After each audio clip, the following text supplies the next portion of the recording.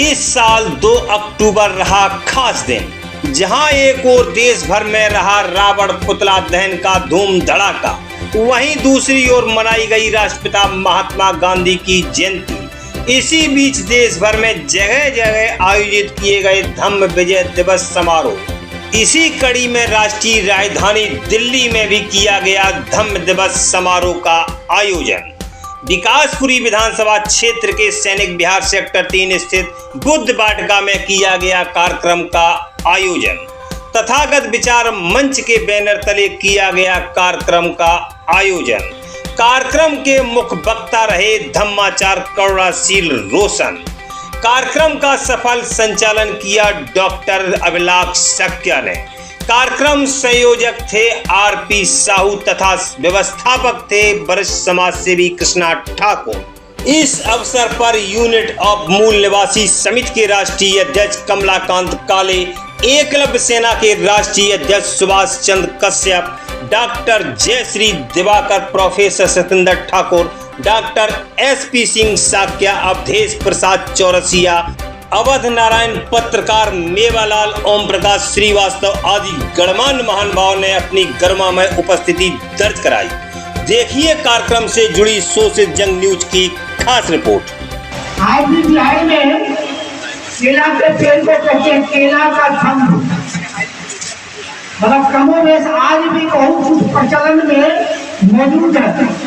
तो सम्राट अशोक ने थम्ब और शिला थम्ब, तो थम्ब मतलब वो खंभा पर यानी धम्म का संदेश लिखवाया, यानी शिला थम्ब तथागत बुद्ध ने जो सील दिया है वो सील को अपने उस शिलालेख पर लिखवाया। शिलालेख का मतलब सील को लिखवाया, बाद में सील को पत्थर कहने लगा, लेकिन तथागत बुद्ध के सील को अशोक ने लिखवाया।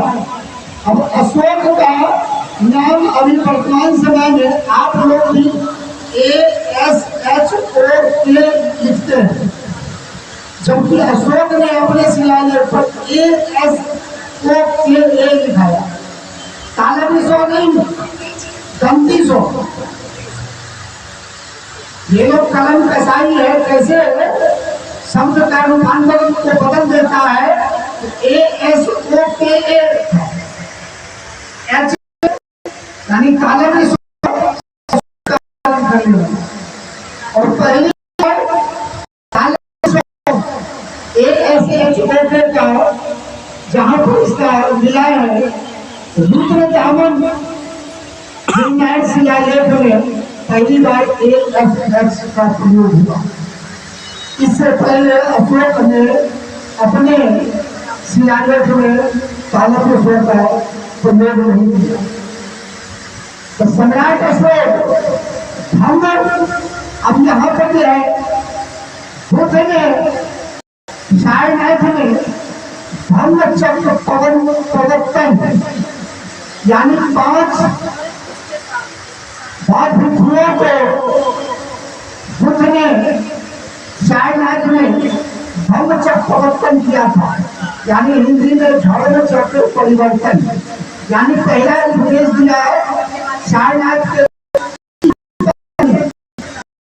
इसी पत्थर और इसी मुनि ये लोग ऋषि मुनि बने कहलाए और बाद में ऋषि मुनि कहने लगे। फिर अशोक ने धम्म चक्र अनुवर्तन यानी अनुवर्तन यानी अनुकरण किया, प्रवर्तन किए बुद्ध और बाबा साहब और अशोक ने अनुकरण किया। आज ही के दिन बाबा साहब ने भी इसलिए एक्सेप्ट किए थे कि उस दिन सम्राट अशोक ने भी ग्रहण किया, इसलिए आज के ही दिन का चुनाव बाबा साहब किए थे। संयोग से अंग्रेजी के तारीख 14 अक्टूबर था, 14 अक्टूबर की वजह से नहीं की, सम्राट अशोक के धर्म विजय दिवस के वजह से, इसीलिए इसका नाम धर्म विजय दिवस है। इसलिए हम लोग धर्म विजय दिवस मनाते हैं। हम अपनी परंपरा को हम लोग जब डेवलप नहीं करेंगे तो फिर कौन लोग डेवलप करेंगे। और ये सम्राट अशोक का धर्म विजय दिवस आयन और भैंसांग ऐसे जो विदेशी यात्री सब आए हैं उनके यात्रा वृत्तांत में है। जब फाइयान पाटलिपुत्र आया था तो पाटलिपुत्र ने देखा कि बुद्ध और सम्राट अशोक की रथ यात्रा निकलती थी। आज जो रथ यात्रा का प्रचलन उसका इतने सालों में अपहरण कर लिया। हमारा रथ यात्रा बुद्ध और अशोक का इसलिए रथ यात्रा पाटलिपुत्र में यानी समझिए बहुतों जगह धूमधाम से मनाया जाता था। और इसका विवरण भैंसांग फाइनल ने अपनी डायरी में इसका विश्लेषण किया है। पाटलिपुत्र का नाम भी देख रहे हैं, पटना बदला हुआ है। वहां जो पटना में गांधी मैदान है, आज भी गांधी मैदान के चारों ओर अशोका मैदान, आज भी लिखा हुआ अशोका मैदान। अब आप चला सा सोचिए, गांधी मैदान के बाहर में आज भी अशोका मैदान लिखा हुआ है, तो गांधी जी पहले जन्मे थे या अशोक जन्मे थे? तो जब बाहर अशोका मैदान है, इसका मतलब वो अशोका मैदान है और उसे को बदल कर करके गांधी मैदान किया गया है। उसी अशोका मैदान में साल में एक बार सम्राट अशोक यहाँ पर निहत्था आते थे और धर्म विजय दिवस के दिन वो आज भी अपनी जनता को संबोधित करते थे। और आज के दिन विपश्यना के माध्यम से जो कैदी रखा जाता था, उस कैदी में धर्म अनुशासन सिखाया जाता था। जैसे आप लोग अभी कहते हैं सम्राट अशोक का प्रशासन, सम्राट अशोक का प्रशासन नहीं था। प्रशासन और अनुशासन यानी धर्मानुशासन, सम्राट अशोक का धर्मानुशासन था। धर्म के अनुसार शासन था सम्राट अशोक का। प्रशासन यह हुआ डरा करके, धमका करके, गोली बंदूक से, सीबीआई से, ईडी के डर दिखा करके जनता में भय पैदा किया जाता है, तो इसको कहते हैं प्रशासन। लेकिन सम्राट अशोक का प्रशासन नहीं था, सम्राट अशोक का था धर्मानुशासन। अपनी जनता को धर्म के अनुसार, अपने कैदियों को भी धर्म के अनुसार उसके विचार को परिवर्तित कर करके इस धर्म विजय दिवस पर कैदी को रिहा किया जाता था। यानी पूरे दुनिया के सम्राट ने सीमाओं को जीता, क्षेत्रफल को जीता, और सम्राट अशोक ने दुनिया के लोगों को दिल को जीता, दिल से राज जीता। प्रशासन उसका नहीं था, उसका अनुशासन था। इसलिए सम्राट अशोक का 52 लाख किलोमीटर में सम्राट अशोक का क्षेत्रफल फैला हुआ। सम्राट अशोक के समय में किसी दूसरी राजाओं ने आक्रमण तक नहीं कर पाया, क्योंकि सम्राट अशोक ने जनता के दिल को बदला, उसका हृदय परिवर्तन किया, इसलिए जनता के बीच में जा पाया। फिर सम्राट अशोक को बदनाम करने के लिए कहता है 99 भाइयों की हत्या की। सम्राट अशोक को कहता है चंद अशोक, जबकि सम्राट अशोक का शिलालेख में धम्मा अशोक लिखा हुआ है, चंद अशोक नहीं।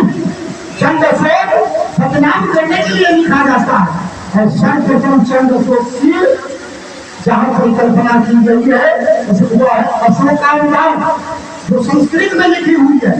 और अशोकावतार विद्यादान का पाठ है और श्रीलंका से किताब में इसका लिखा गया।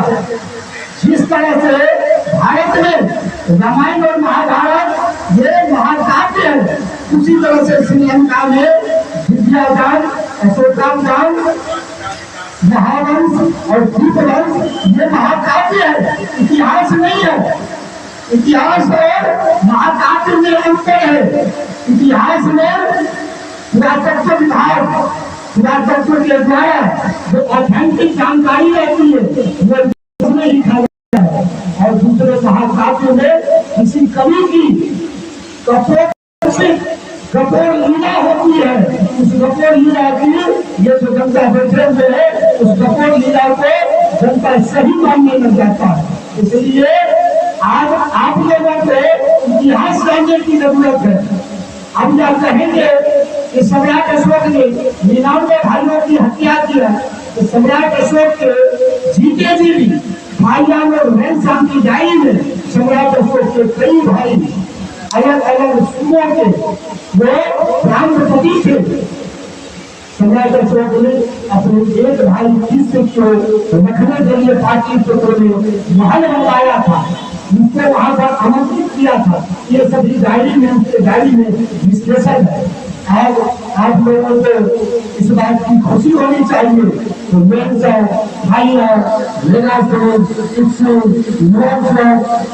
ढेर सारे यात्री जो भारत कभी आए थे और भारत का इतिहास लिख करके ले गए थे, वही डायरी को देख करके अंग्रेज जब भारत में आया, उस डायरी को पढ़ करके अंग्रेज ने ये खोजना चालू किया। जब उसी वजह से अंग्रेज ने ढूंढा तो फाइजर की डायरी क्या कहता है, मेंशन की डायरी क्या कहता है, तो फाइजर उसमें लिख करके गया था कि बोध गया या पाटलिपुत्र से इतनी दिशाओं में इतने उस समय ये होता था, अभी हम लोग बोले इतनी दूरी में इतनी दिशा में बोध गया यहाँ पर है। बोध गया के अगल बगल में बहुत सारे स्तूप बने हुए, ये भाइयों मेंशन अपनी डायरी में लिखा, इसको पढ़ कर करके इसको नापना चालू किया और नाप करके पता चला अरे ये तो पाटलिपुत्र है। तो पाटलिपुत्र की खुदाई में पता चलने लग गया। और उस समय तक अंग्रेज में कोई भी अधिकारी पढ़ नहीं पा रहा था। एक जेम्स प्रिंसेप नामक इंजीनियर थे जो 1837 में कई साल के मेहनत के बाद अशोका का धम्म लिपि को पढ़ने में कामयाब हुआ। इससे पहले ये जो धम्म लिपि है, ये धम्म लिपि इंडिया में कोई भी नहीं पढ़ पा रहा था और सभी गुमराह कर रहा था। ये धम्म लिपि संस्कृत में लिखा हुआ है, तो अंग्रेज में वो संस्कृत से धम्म लिपि को पढ़ने की कोशिश करता था तो पढ़ नहीं पाता था, क्योंकि प्राकृत में लिखा हुआ, पाली में लिखा हुआ था, खरोष्टी लिपि में लिखा हुआ था, तो अंग्रेज अधिकारी कहाँ से पढ़ता, तो पढ़ने में नाकामी नहीं हो रहा था। जब से अथक प्रयास करते हुए पूरे दुनिया को भी खरोष्टी लिपि उससे जब मिलान करते गया, तब उसने 1835 में पहली बार जेम्स प्रिंसेप ने पहला जो शब्द पढ़ा था, वो पहला शब्द पढ़ा था दान, दान शब्द। फिर खरोष्टी से भी मिलान किया तो दान शब्द हुआ। जेम्स प्रिंसेप हालांकि 3 साल के बाद जेम्स प्रिंसेप मिलान को प्राप्त हो गए। यदि वो 3 साल में भी खोज नहीं होता तो आज आपके बीच में दूसरा शोध नहीं होती। यह समझिए जेम्स प्रिंसेप का हम सब लोग ऋणी हैं, जो हमारे दादा परदादा को भारत से लूट दिया।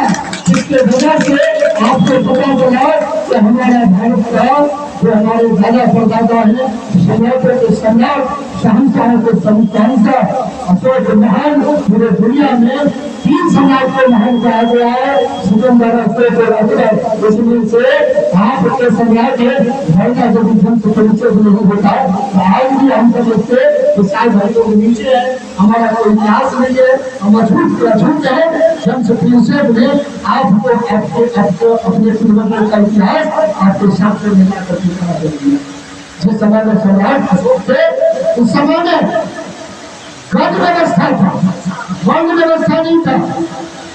अच्छी तरह से आपने समझ के मेरी बात को मैं क्या कहा, गण व्यवस्था। बुद्ध के समय में गण व्यवस्था, गण का मतलब सातवें गणराज्य, निचली गणराज्य, नौवीं गणराज्य और 16 महाजन पद था, जहाँ जातीय सिस्टम नहीं था। उस समय के जितने भी राजा थे, प्रसन्न सुखोधन, शुक्लोधन, अभितोधन, बिंबिसार, अजातशत्रु, उदयन, अंकुश, नागदास, महापद्मानंद, धनानंद, चंद्रगुप्त, बिंदुसार, कनिष्क, हर्षवर्धन, गोपाल, धर्मपाल, चित्रपाल, अनंतपाल, जितने भी एंशिएंट हिस्ट्री में ये सब राजा हुए, आज जो ये संगम लेकर के आप सब लोग बैठे हुए पैनल से घुमा रहे हैं, आपके दादा परदादा का कोई सरनेम नहीं था। 18 जितने भी हम सब बैठे हुए हैं, हम सब भाई भाई हैं। ये बात जितनी जल्दी आपको समझ में आ जाएगा, उतना ही जल्दी बुद्ध और अशोका के सिद्धांत को समझ आप चला पाएंगे और तभी फिर भारत विश्व गुरु हो सकता है। जी हाँ साथियों, अगर अभी तक आपने हमारे चैनल शो से जंग को सब्सक्राइब नहीं किया है तो सब्सक्राइब जरूर करें और बेल आइकन दबाना ना भूलें ताकि हर लेटेस्ट धमाकेदार खबरों की अपडेट आप तक पहुंचाई जा सके।